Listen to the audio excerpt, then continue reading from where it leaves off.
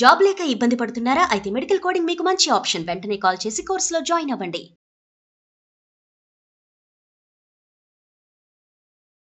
నమస్తే రమగారు. నమస్తే జయ.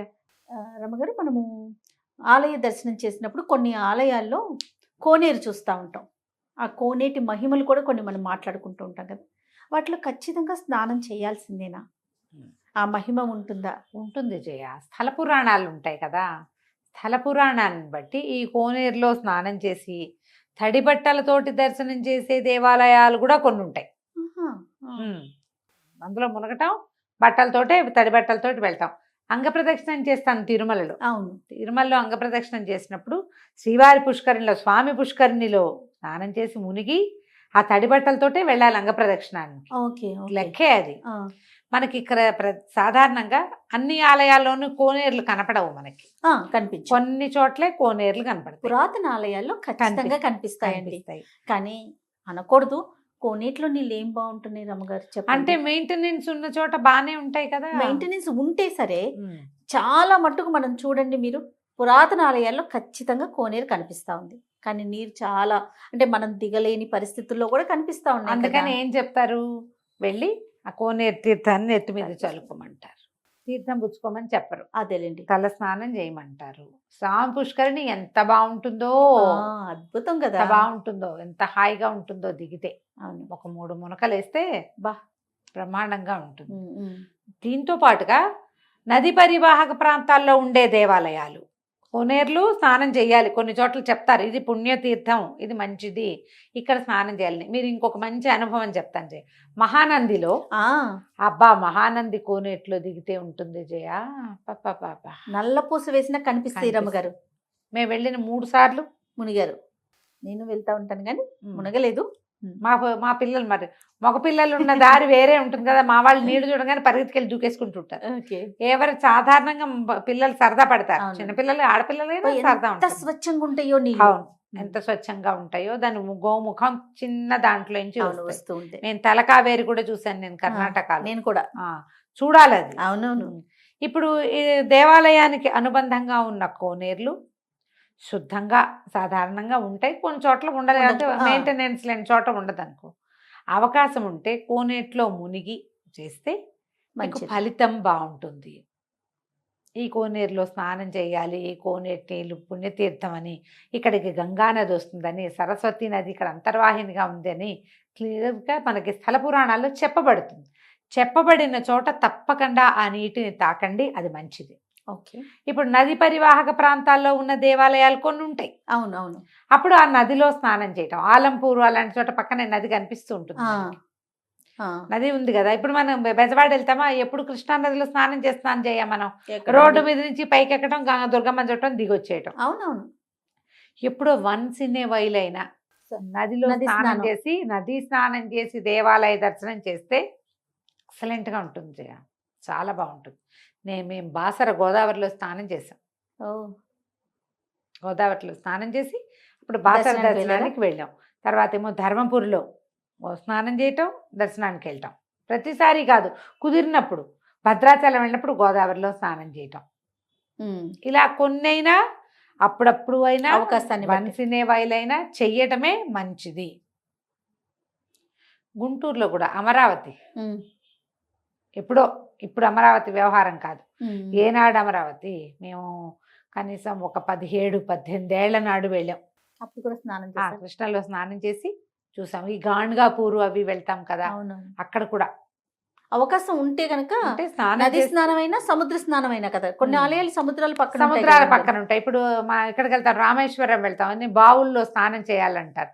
అవి ఇంపార్టెంట్. అవునవును. ఆ స్థల పురాణానికి, స్థల మహాత్మ్యానికి సంబంధం ఉన్న చోట మాక్సిమం చేయటానికి ప్రయత్నం చేయండి. ఓకే, ఇది మంచిది. వీటితో పాటు రమ్మగారు, ఇప్పుడు ఆలయ దర్శనం చేసుకున్నప్పుడు మనం ఎక్కడి నుంచి బయలుదేరామో మళ్ళీ అక్కడికే రావాలి. సహజంగా మన ఇంట్లో నుంచి మనం బయలుదేరుతాం ఆలయ దర్శనానికి, మళ్ళీ మన ఇంటికే రావాలి. మధ్యలో ఇంకెక్కడికి వెళ్ళకూడదు వేరే ప్లేసెస్కి అనేది వింటూ ఉంటాం. కరెక్టే. అంటే ఇది పురాతన పద్ధతే జయ. ఇప్పుడు ఆలయం కాదు, తీర్థాటనకి వెళ్ళాం. తీర్థానికి వెళ్తే మనం తిరుపతి వెళ్ళి ప్రసాదం తెచ్చుకున్నాం. ఇది వరకు ఎట్లా చేసేవాళ్ళు, ఇళ్ళు వాకలకి సున్నాలు కొట్టుకుని, జోగడిగి అన్నీ శుభ్రం చేసుకుని వచ్చాక భోజనాలు పెట్టుకోవడానికి ఏర్పాట్లు చేసుకుని క్షేత్ర దర్శనం చేసేవాళ్ళు. క్షేత్రం నుంచి తిరిగి ఆ ప్రసాదాలు అవి పట్టుకుని మన ఇంటికే వెళ్ళాలి. మనం పూజ చేసుకోవాలి. ఏ దైవాన్ని చూసామో శ్రీశైలం వెళ్ళిన వాళ్ళు కూడా చేసేవాళ్ళు అట్లా. తెచ్చిన ప్రసాదాన్ని అందరికీ మన వాళ్ళకి పంచిపెట్టాలంటే నువ్వు వారావీర చుట్టాలందరి ఇళ్ళకి వెళ్తానంటే ఎట కుదురుతుంది? అవును అవును కుదరదు. ఇప్పుడు మామూలుగా గుళ్ళోకి వెళ్ళి ఎవరింటికైనా వెళ్ళటం వేరు. తీర్థాటనకి మనం వెళ్ళినప్పుడు గనక వెనక్కి తిరిగి రావటమే పురాతనమైన విధానంగా ఉండేది. ఇప్పుడు మనం ఏం చేస్తున్నాం జయ, నువ్వు హరిద్వారం ఋషికేశో వెళ్ళాలనుకున్నావు, ఢిల్లీ వెళ్ళావు. హరిద్వారం ఋషికేశ్ వెళ్ళి ఇంటికి వచ్చేస్తావా? ఏం కాదు, మళ్ళీ ఢిల్లీలో దిగి ఫ్రెండ్ ఇంట్లో ఉండి జంతర్ మంతర్ చూసి ఇండియా గేటో ఏమిటో అది కూడా చూసి లాల్ ఖిలా చూసుకుని అంతే కదా, ఆ పాలికా బజార్లో షాపింగ్ చేసి ఇవంతా చేస్తే గానీ మనం ఇల్లు చేయరము. అవును. ఇప్పుడు పురాతన విధానాన్ని ఇప్పుడు పెట్టగలమా? కాదు రమ్మగారు, ఇది వరకు ఓన్లీ తీర్థయాత్రలే ఉండేవి. ఇప్పుడు చాలా వచ్చాయి. విజ్ఞాన యాత్రలు, వినోద యాత్రలు, విలాస యాత్రలు ప్లస్ తీర్థయాత్ర తీర్థయాత్ర కంబైన్డ్ గా చేసేటప్పుడు మనం ఇంత సిద్ధాంతంగా పెట్టుకోక్కర్లేదు. కానీ ఒకవేళ అక్కడికే వెళ్తే కనుక జీవితంలో ఒక్కసారి చేసే యాత్రలు ఉంటాయి, కాశీ రామేశ్వరం లాంటివి. అప్పుడు మాత్రం వేరే వాళ్ళ ఇళ్ళకి వెళ్ళకండి. కాశీ వెళ్తాం పూట వెళ్ళం కదా, అంతే కదండి. కాశీ వెళ్తే తిరిగి ఇంటికి రావటం. మీరు కాశీ రామేశ్వరం రెండు కలిపి యాత్ర చేస్తున్నారు కొంతమంది. కాశీలో నుంచి గంగను తీసుకెళ్లి రామేశ్వరం సముద్రంలో వెయ్యాలి, సముద్రంలోని మట్టిని తీసుకొచ్చి ఇక్కడ గంగలో వెయ్యాలి. ఇది లెక్క చేస్తున్నారు. అట్లా 3 ట్రిప్పులు తిరుగుతారట. నాకు ఒక ఘనాపాటి గారి పెద్దవారే ఒకరు చెప్పారు, నాకు 3 ట్రిప్పులు అక్కర్లేదమ్మా, కాశీ వెళ్ళండి, గంగని మీ సొంత చెంబుతో ముంచుకుని సీల్ చేసి పట్టుకెళ్ళండి. రామేశ్వరం వెళ్ళండి, రామేశ్వరంలో దర్శనం చేసుకుని ఈ గంగని అక్కడ సముద్రంలో పోసేసి సముద్రంలో నుంచి మట్టి పట్టుకురండి, రాయి కూడా అది తెచ్చి మళ్ళీ కాశీలో గంగా నదిలో వేసి నమస్కారం, అంతే. మరి 2 కాశీ ఏమిటో 3 సార్లు చేసామని చెప్తున్నారు ప్రతి వాళ్ళు. 2 సరిపోయింది కదా, సరిపోయింది కదా, 2 పనులే. ఇలా చేసే వాళ్ళు కూడా ఉన్నారు. మీరు కూడా ఇలాంటి పెద్ద పని చేస్తే ఇంటికే రండి.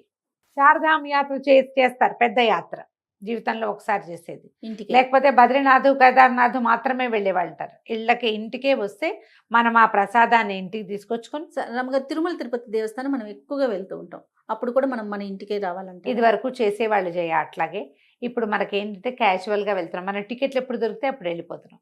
ఇంటికి సున్నం కొట్టుకుందాం, ఇల్లు కడుక్కుందాం అనుకుంటున్నామా? లేదు. మీరు ఒకవేళ యాత్రగా వెళ్ళదలుచుకుంటే ఒక 3 రోజులు బంధుమిత్రులందరినీ తీసుకుని ఇంటికి సున్నం వేసుకొని అది ఇల్లు క్లీన్ చేసుకుని వచ్చాక భోజనాలు పెట్టుకోవాలి. ఇలాంటి ప్లాన్ ఉంటే మీకు పురాతన విధానాన్ని మీరు ఫాలో అయ్యేటట్లయితే ఇంటికే రండి. ఏమో ఇప్పుడు అది ఇట్లా చేస్తున్నారని నేను నమ్మట్లా, చేయటం లేదు, కుదరటం లేదు కూడా. ఒక పెద్దవి చేయదలుచుకున్నప్పుడు మాత్రం ఇలా చేయడము మంచిది. మనం ఇంటికి వచ్చి ప్రసాదాన్ని మన దేవుడి దగ్గర పెట్టుకుని ఇవి విడిచిన బట్టలు అవి ఇవి తెచ్చుకుంటాం, బట్టని పక్కకు పెట్టుకుని ఇల్లు వాకిళ్ళు కడుక్కోవటం ఒకసారి, తర్వాత ఏమో చుట్టాలని పక్కాలని పిలిచి భోజనం పెట్టుకోవటం బాగుంటుంది జయ. మంచి పద్ధతి. అంత తీరుబడిగా ఎక్కడ చేస్తున్నాం రమ్మగారు? సెలవులు చూసుకోవటం, ఇవాళ వెళ్ళామా, ఇది వరకు కాశీ సమారాధన చేసేవాళ్ళు. కాశీ వెళ్ళారంటే తిరిగి వచ్చాక గంగ పూజ చేయటం, కాశీ సమారాధన చేయటం ఎంత గొప్ప. మరి అలా ఏదైనా చేయదలుచుకుంటే చేసుకోవచ్చు. నమస్తే జయ.